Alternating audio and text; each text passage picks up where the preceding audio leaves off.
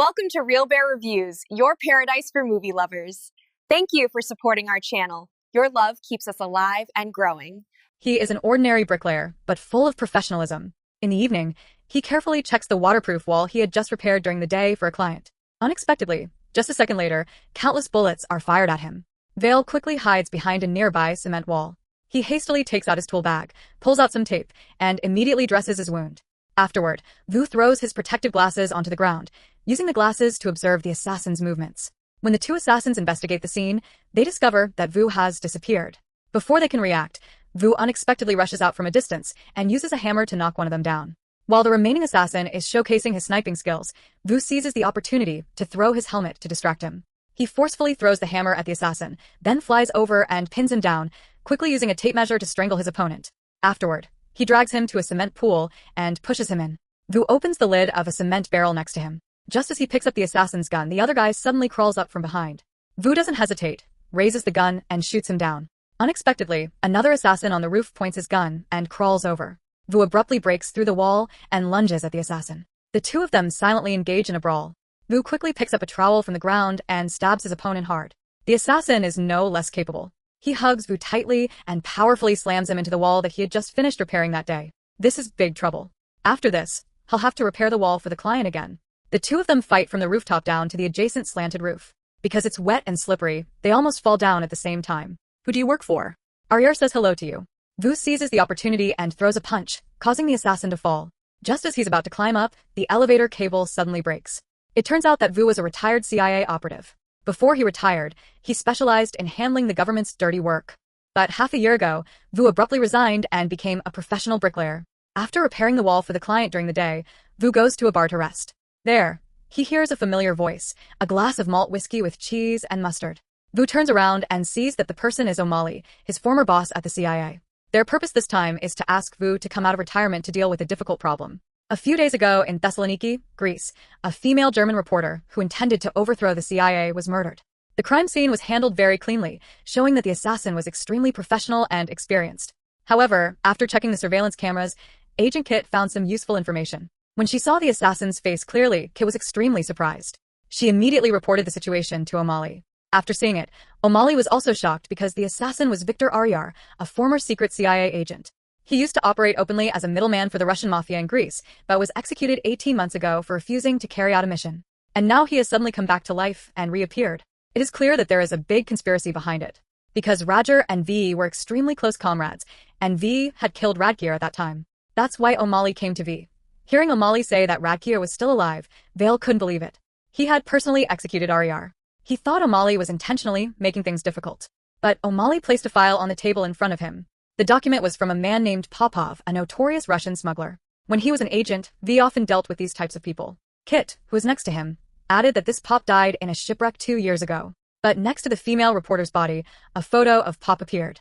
This photo was the one that the CIA had used to give RGR a mission. Now, this photo suddenly appears, which can only prove one thing. Riker is still alive.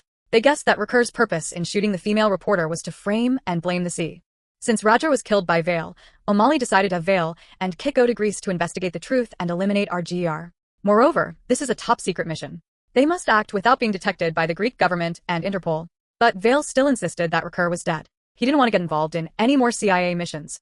So he stood up and walked away. That night, when he returned to the construction site to check on his work, the shooting at the beginning of the film occurred.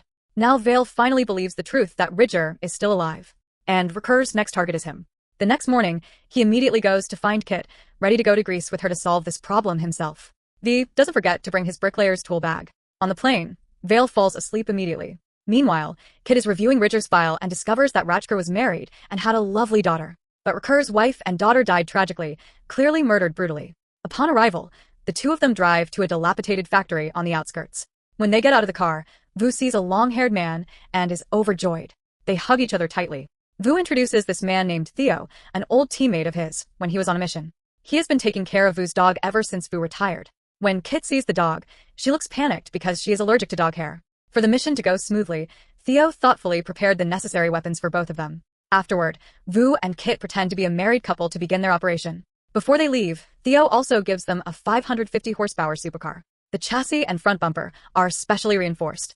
With this car, their next operation will be like a tiger with wings. Back at the hotel, Vu tells Kit to take a shower and put on makeup first, while he has to prepare a few things. But while Kit is showering, Vu secretly goes to a church. He places 3 candles in the censer, clearly holding a memorial service. Memories of intimate moments between him and Aryar's family flash back. Afterward, he secretly places a phone on the church's heating system. He seems to have known in advance that someone would come to get it. After leaving the church, he goes to see Thea, the CIA station chief in Greece, and tells her all the information he has. Thea is very surprised when she hears it. She doesn't understand why she, the person in charge in Greece, doesn't know any of the information. They believe there is an inside man. Aryar must be holding a secret that cannot be revealed. Then V reveals his true purpose. He says that before, when he and Raider were on a mission, they often hired a local named Stan to do some dirty work. Now he needs to find the Stan. Thea tells him that Stan has retired and opened a beach club. As soon as he gets the news, V immediately goes to the beach club. Stan is no longer the gangster he was. He has become a powerful tycoon. Meeting Vail, Stan is also very surprised, because he worked for Vail 5 years ago. Now that Vail is back, nothing good is going to happen. After arriving, Vail doesn't beat around the bush and gets straight to the point. He wants to find Rajkar. Stan reminds V that Aryar is dead, but he sarcastically replies that people from the Balkans never die, they just leave the smell of corpses. V knows the ability of this big boss well. Stan alone couldn't have built such a large empire. Clearly, there's a big force backing Stan, and the mastermind is most likely RG. Vail once again asks Stan to call Rajkar out. He just wants to talk to Rajkar properly, but Stan just nonchalantly says that he is now a legitimate businessman, no longer the gangster that Vu can order around. Vail curses him, saying he is still just a nouveau riche gangster, an empty barrel that makes a lot of noise, like a freeloader. Saw gets angry and points at his henchman. Seeing this, Vu pretends to compromise, and while raising his glass, he suddenly attacks first. As a combat agent for X, dealing with these gangsters is too easy. Those big guys are not worth worrying about. He quickly takes down a bunch of henchmen and runs out of the club. Kit drives up in time to pick him up, helping Vu escape from the pursuit of the assassins. On the way back, Kit is angry because Vu left her behind and acted on his own. But Vu explains that he was afraid she would get in his way. Then he asks Kit to hand over her phone because he knows she has a tracking device on him, otherwise she wouldn't have arrived in time. Initially, Kit tries to deny it, but V directly points out the location of the tracking device, forcing her to compromise and give him the phone. Vu just takes a quick glance, and Kit snatches the phone back. Kit asks V to answer her question. She emphasizes that if he wants her to cooperate, he must also share information, especially the truth behind Rajar's supposed betrayal of the sea. Vail has no choice but to recount the whole story. Rajar has always been a middleman for the Russian mafia in Greece. Before, to find a refuge for his wife and daughter, he joined the CIA. But the mission the CIA gave him was to assassinate Popov. Afterward, his identity was exposed. The Russian mafia sought revenge and murdered his wife and daughter. Since then, Aryar seems to have gone insane, hunting down all those involved in the murder of his wife and daughter within the Russian mafia in Greece. According to him, the CIA was the one who caused him to lose his family by giving him the Popov assassination mission. Therefore, the CIA had to send V to eliminate Aryar. At the same time, at the CIA headquarters in Langley, they receive a file from a hacker. Inside are all the evidence of the massacre of innocent American civilians abroad over the past few years. The hacker threatens the CIA that if they don't want this matter to be made public, they must prepare $100 million in Bitcoin and use a hardware wallet for the transaction. Meanwhile, Vail and Kit are still secretly monitoring Stan. They know Rajkar will not easily reveal himself, so they must find a way to break through Stan. Taking advantage of Stan being out, the two of them secretly break into his house. V quickly shows the professionalism of a bricklayer. He finds some loose bricks on the fireplace chimney. He uses the tool he brought to pry out the bricks and, as expected, finds a file. In it, they find the phone of the dead female reporter, proving that their investigation direction is correct. They also find information about Rajkar's next target. Just then, the sound of a door opening echoes from outside. The two of them immediately hide. A big man walks in. He takes a can of soda from the fridge to quench his thirst. Then, he detects an unusual sound in the room, immediately pulls out the gun from his waistband, and moves forward to check. Vu suddenly ambushes him from behind, and the two engage in a fierce fight. Vu can easily deal with ordinary gangsters, but when he faces a master like this guy, he becomes weak. After just a few moves, Vu is beaten black and blue. Seeing this, Kit immediately pulls out her gun and orders him to stop. But this is the first time she has performed a combat mission. She has absolutely no experience. She is slapped and her gun flies off, then she is thrown to the ground. The two of them attack together but can't cause any significant damage to this big guy. Then, he pulls a large knife from the knife rack and gestures for Vu to choose a weapon. It's clear that he wants a real one-on-one duel, but Vu is a bit unlucky when he only gets a small fruit knife that's smaller than a nail clipper. However, with the weapon in hand, Vu's combat power has improved significantly. The two of them fight, and Vu and the big guy create many wounds on the guy's body. The guy gets angry and throws an over-the-shoulder punch, causing Vu to fall to the ground. But then he pulls out a rope and prepares to strangle Vu. In a panic, Vu feels his tool bag, grabs the trowel, and stabs the guy. The big guy immediately goes limp and loses his ability to fight. V then rescues Kit from the rubble. This is the first time they have defeated an opponent together. They then find information about Rajkur's next assassination target. Just then, Rajkur calls Vail. It turns out that Vail deliberately let Rajkur go and helped him find a place to hide in Montana. Rajkur also promised to disappear completely. Later, when Rajkur investigated the truth, his family was murdered by the Russian mafia because the CIA had intentionally revealed his identity as an agent. Therefore, J completely went insane, assassinating those who opposed the CIA and setting up a trap to make the CIA responsible. While the two of them are talking, a crowd of protesters appears on the street. Then these people clash with another group of people. Vu is still trying to find Rajkur, but when he chases him, he realizes he was wrong. Rajkur took advantage of the chaos to quietly approach his assassination target.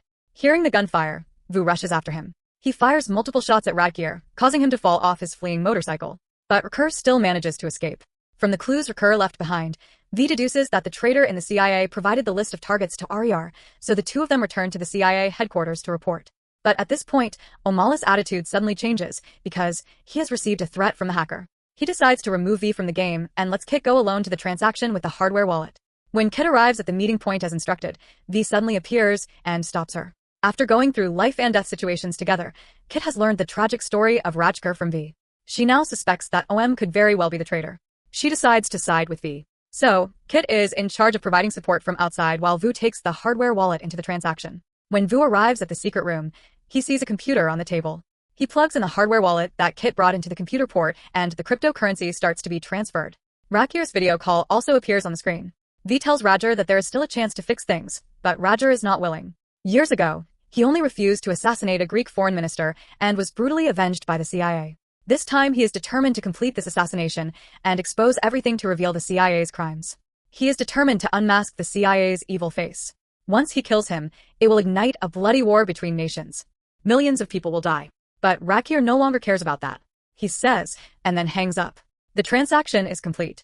At the same time, the iron door of the secret room automatically closes. V realizes something is wrong. He goes to try to open the door but is unsuccessful. Then he discovers a timed bomb under the table. The clock shows only more than 20 seconds. V quickly flips the table and pushes it toward the door, then runs to a hiding place and lies down on the ground. When he crawls out, he sees Aryar driving past in front of him. Kit also drives their supercar over. The two of them join forces and start chasing Aryar. After going through a few narrow alleys, when they are about to lose him, V drives the car straight into the wall to block RG's way. But when he runs over, Aryar has disappeared. V has guessed Rajkur's purpose and rushes to the city's central square. Because at this very moment, the Greek foreign minister is about to give a speech here. Condemning the CIA for the recent massacres of civilians, V finds Rajkur standing on a high podium. Disguised as a reporter with a video camera, but on the side of the camera, he has a gun hidden. To avoid causing panic among the people, V grabs a large iron hammer nearby. Just as Rajkur is about to pull the trigger, V uses the hammer to hit the iron frame hard, causing the frame to fall down, severely injuring Aryar, who still trembles and tries to pick up the gun. V walks over and snatches the hammer, hitting Rajkur's hand hard and says, "It's over," but he challenges him by saying, "It's not over yet." Saying that, Rajkur puts his other hand into his pocket. Vail decides to shoot and end the life of his old friend. But what Aryar takes out is a photo. Vail picks it up. It's a photo of Rajkur's family of 3 with V. A photo full of memories. At this moment, the Greek police arrive at the scene, not understanding what is happening.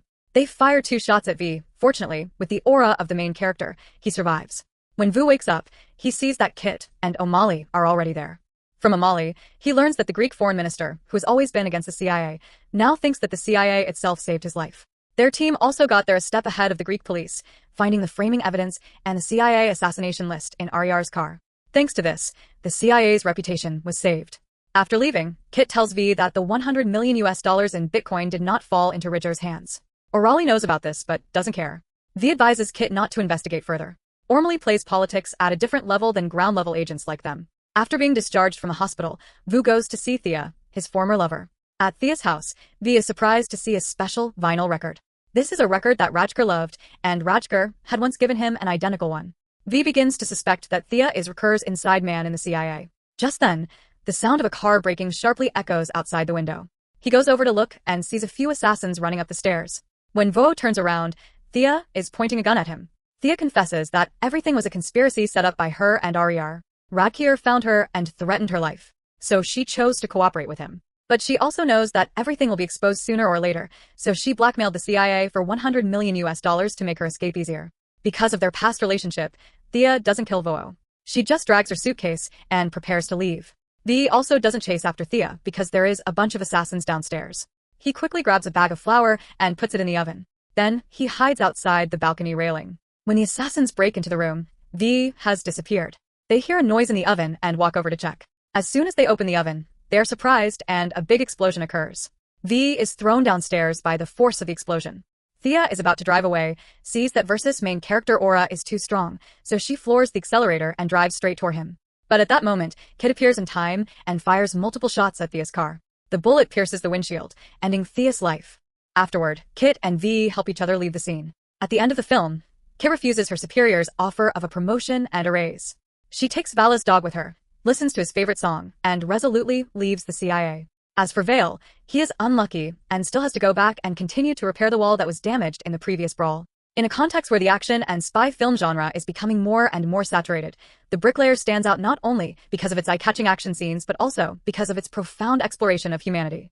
The film is not just a thrilling chase to find the traitor, but also the journey of a man facing his tragic past.